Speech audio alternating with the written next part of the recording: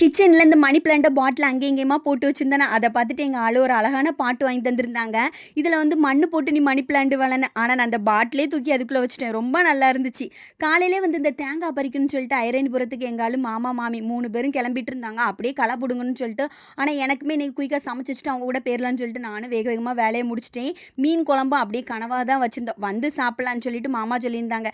சரின்னு சொல்லிட்டு எல்லாரும் கிளம்பியாச்சு. ஆனா களை புடுங்கறதுக்குள்ள மண்வெட்டி எடுத்துட்டு போல. லாஸ்ட்டா மண்வெட்டி எடுத்துட்டு போற வழில எல்லா ஸ்நாக்ஸும் வாங்கிட்டு அங்க கிளம்பிட்டோம். அங்க பார்த்தா வீடு வந்து ரொம்ப டஸ்ட்டா இருந்து வீடெல்லாம் தூத்துட்டு மாமா ஒரு பக்கம் வந்து களை பிடுங்கிட்டு இருந்தாங்க. அப்படியே பார்த்தீங்கன்னா, ஊட்டி மாரி இந்த இடம் நல்லா இருந்துச்சு. ரப்பர் தோட்டம். அதுக்கப்புறம் தேங்காய் பறிக்கிற ஆளு வருவாங்கன்னு பார்த்தா, அவங்க வரதுக்கு ரொம்ப லேட் ஆயிட்டு எங்களுக்குமே பசிக்க ஆரம்பிச்சாச்சு. இருந்த ஸ்நாக்ஸ் எல்லாம் சாப்பிட்டுட்டு இருந்தோம். அப்பதான் தேங்காய் பறிக்கிற அண்ணே வந்தாங்க.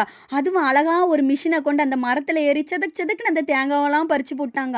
ஆனா இன்னைக்கு வந்து பசங்க ஆர்வமா எல்லா தேங்காவும் எடுத்து வச்சிருந்தாங்க. இனிமே இந்த தேங்காய் மேல உட்கார்ந்து தான் வீட்டுக்கே போணும்.